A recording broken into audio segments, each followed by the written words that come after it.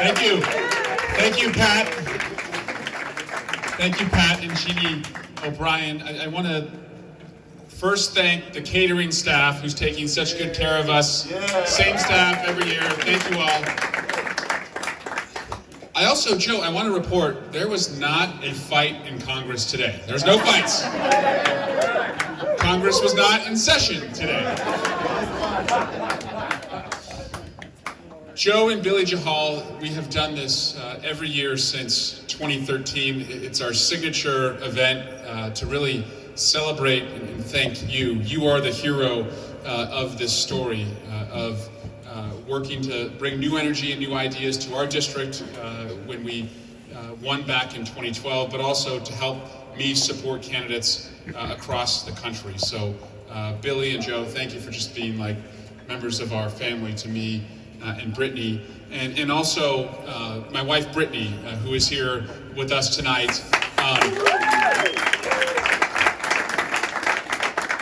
When you're parents to a 6-year-old, a 5-year-old, and a 2-year-old, this is about as close to a date night as you get.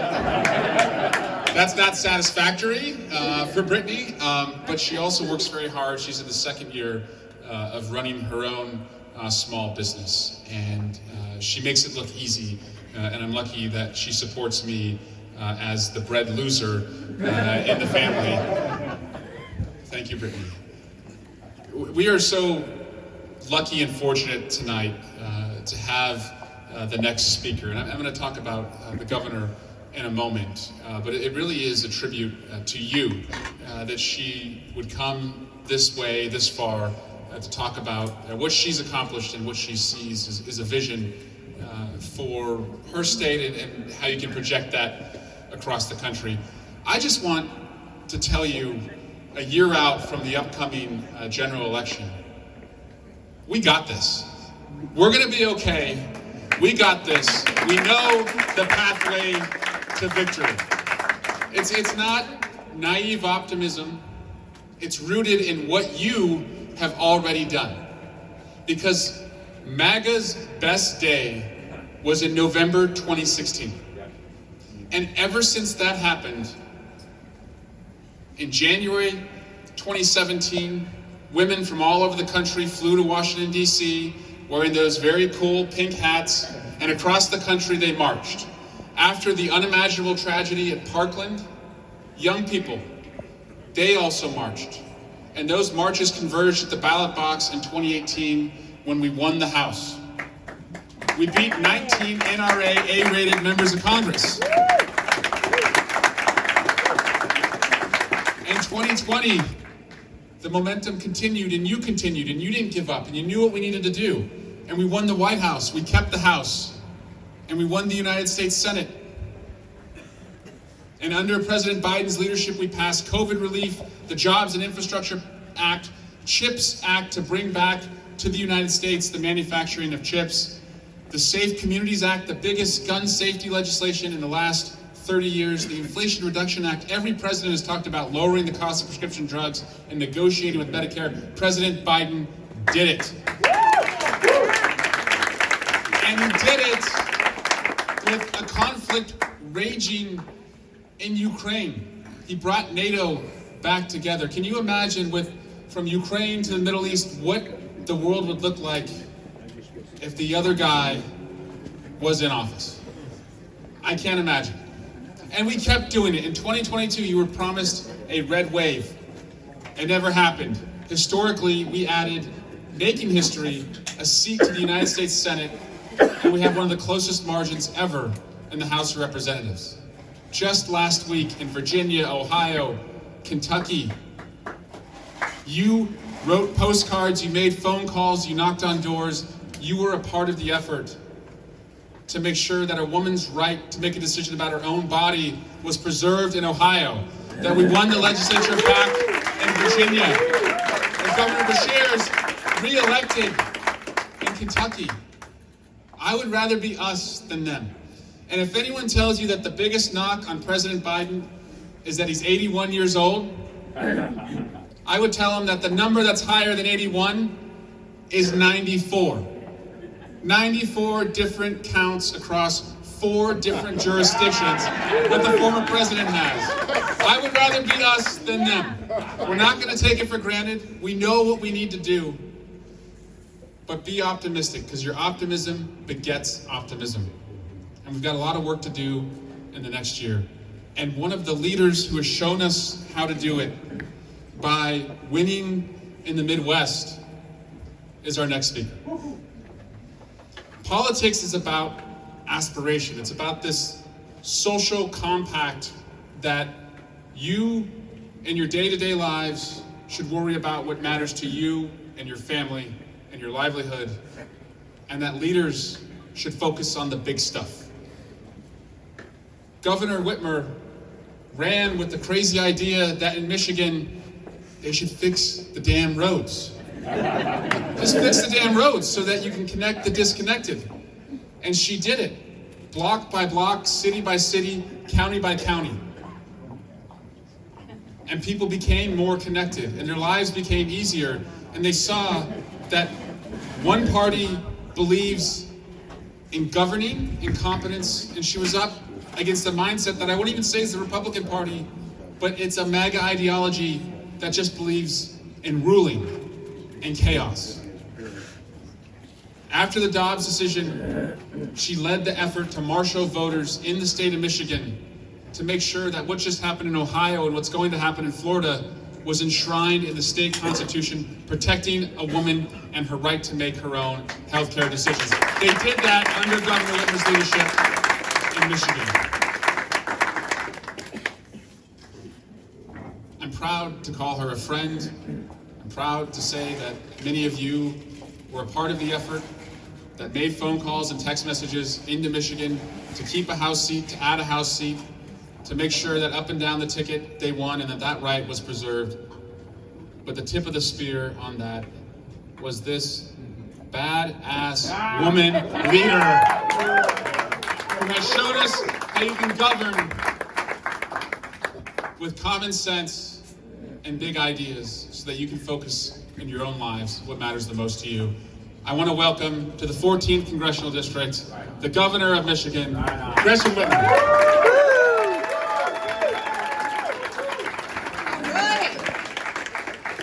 Thank you, Congressman Swalwell. Did you know he turned 43 yesterday?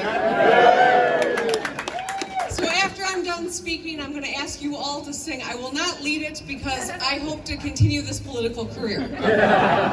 And my mother, as well as my children, have informed me singing is not a strength of mine. So I want to say thank you to all of you for being here, for Congressman Swalwell. I want to thank him for being a badass leader in Congress. Yeah. You've got a real star here who's given the nation hope, who's spoken on the right side of issues, who makes things personal, because they are. These issues that he fights for make a difference in people's lives. Now, we've got 354 days until the next election.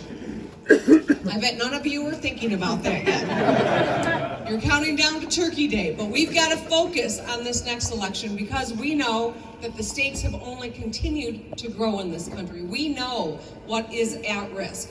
We know that the people here in California have elected tough leaders who have fought for the right issues, and let me just say to you standing in the rain, thank you for standing in the rain.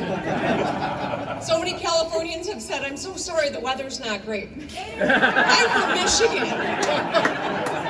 It was snowing on Halloween, so this feels great. But anyway, you've elected strong leaders here in California, leaders like your governor and your U.S. senators and your congressional delegation, and of course, Congressman Swalwell, who speaks truth to power, who stood on the floor on January 6th, who prosecuted the impeachment trial against the impeachment of the former president. I'm not going to say his name.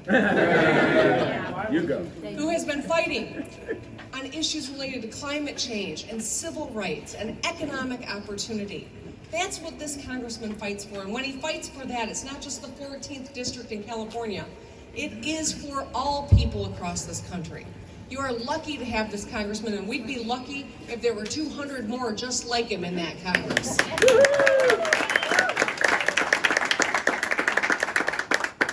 So I'm going to focus for a minute on 3 things that I always remember that keep me in this fight. Because the last 5 years I know that this congressman has taken a lot of crap, just as I have taken more than my fair share of crap. And he has been on the front lines just as I have. And these are the three things that I remember on the tough days. Because I've had my fair share, and people have asked me, why on earth do you want to continue to stay in this fight? Why do you want to put yourself out there and subject yourself to the ugliness that we're seeing playing out across this country? So number one, there are three, I think, important things that have happened in my life that have reminded me why I do this. And I ask you to think about what yours are. First, I want to tell you about a time in my life that truly was the hardest, and it was not these last 5 years. It was when I was a 29-year-old new member of the Michigan legislature. I all of a sudden became a member of the sandwich generation. Some of you are nodding, some of you are not sure what that means, and I'll tell you. Sandwich generation is someone who is at the same time taking care of a parent and a child. When I was 29, I had just given birth to my first daughter, and I was caring for my mother at the end of her battle with brain cancer. It was, without question, the toughest time in my life, not just because of those two things, but because they say the 5 most stressful things you'll ever do is get married, buy a house, start a new job, have the death of a loved one, or the birth of a child. All 5 of those things happened in 12 months for me.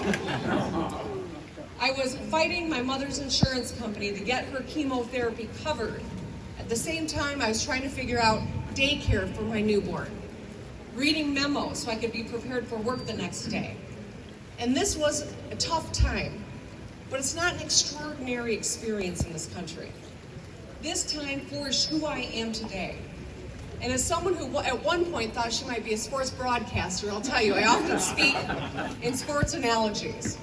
But it was that time in my life that taught me to keep my eye 100 yards down the field, but focus on the next first down, the next 10 yards, to breathe hard, keep my head down, and do the work.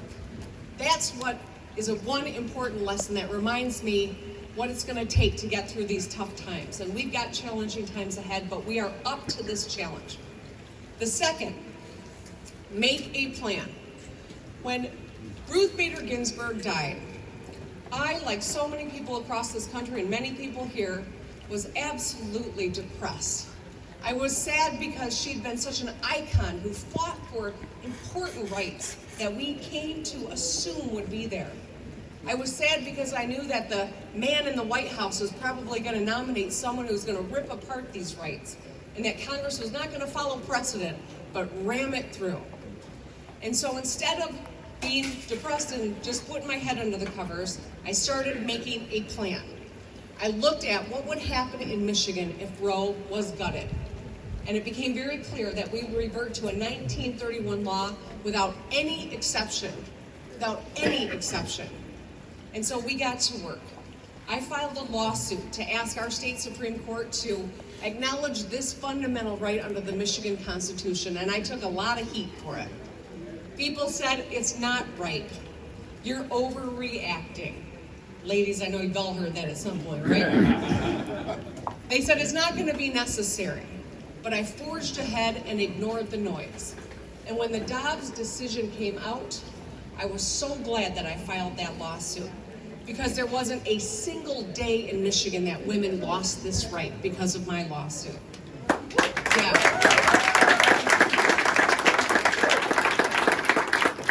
It gave Planned Parenthood and the ACLU the ability to collect signatures so we could go to the ballot in the fall. Thousands of volunteers had the time to do what we needed to do to put the issue in front of the people, and the people spoke loudly. But it was during that period of time where I sat at round tables over and over again across my state. We didn't curate who was sitting there to make sure that they all saw the world the same way I did, because I really wanted to listen and to learn and to ask questions. We had women showing up. We had men showing up. I'll never forget a woman who showed up in a wheelchair and explained to the whole group sitting there that people with disabilities are a lot more vulnerable to a sexual assault than anyone else. And if she had been victim to that, she would not survive a pregnancy. It was stories like this that informed the debate and made sure that in Michigan, we secured this right and amended our Constitution. Make a plan.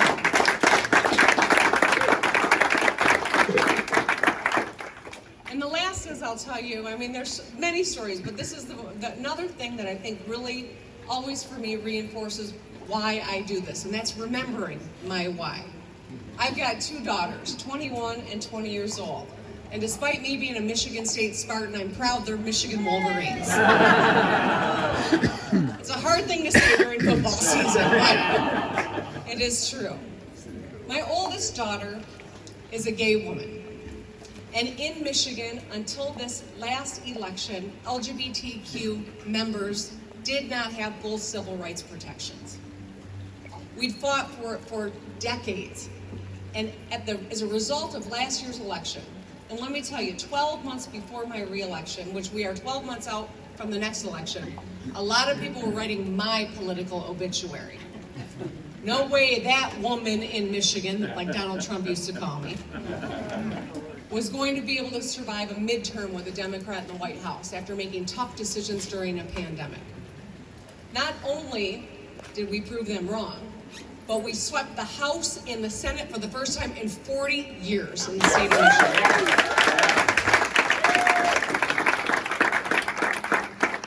And with those new majorities, and it's a one-seat majority in each chamber, but with those majorities, we've enacted common sense gun safety laws like background checks, safe storage, and red flag laws.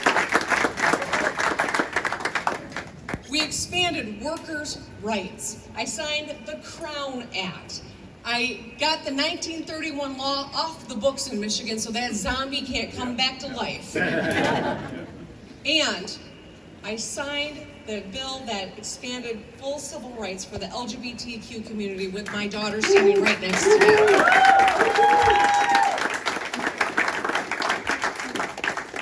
And that is my why. Put your head down and do the work.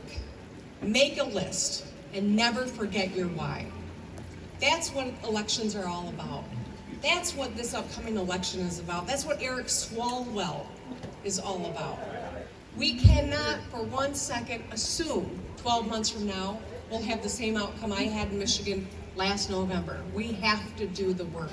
We have to ignore the noise, and we have to make sure that we win. We can do this, though. I am living proof. Michigan is a tough state. We are tough, and I'm telling you, for 40 years, we never thought this day was possible. But we made it happen in the most incredible of circumstances. We can live up to the challenge of this moment when we do the work. We cannot forget that this president and vice president delivered where other people talked. Where President said we are going to have an infrastructure week, Biden got it done. Yeah. When they said we're going to enact some common sense gun laws, Joe Biden got it done. When they said we're going to bring down the cost of prescriptions, Joe Biden got it done. And so we have to tell that story, and we have to make it personal, and we have to make sure people don't check out. There are so many pressures, and I know a lot of people are just trying to pay the grocery bill. But this election is going to impact everyone. And that's why when we've got leaders like Eric Swalwell, who honestly is as local as it gets, but is also a national hero, we got to show up for him. And so I thank you for sending this phenomenal leader to Congress to be a voice of reason, to be a problem solver, and to get things done. I thank you for the work we're going to do as we go into next year, because once again, it ain't going to be easy, but we are up to the challenge of this moment. I thank you for giving me a little bit of your time tonight, and with that, please join yourselves in saying happy birthday to Eric Swalwell. Happy birthday to you. Happy birthday, dear Eric. Happy birthday to you.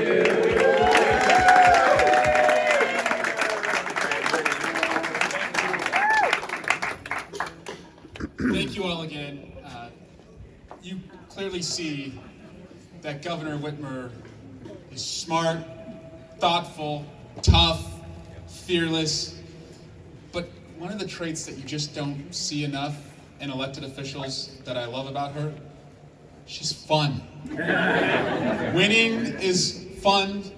It's more fun when you win, but she just makes the work that we do that's so fulfilling also fun. And that's why her future, I believe, is so bright and why it's such a privilege that you joined us here. Again, one more round of applause. Thank you all. Thank you to Joe Halls. Again to Brittany. Please have a great and happy Thanksgiving. Thank you. Thank you.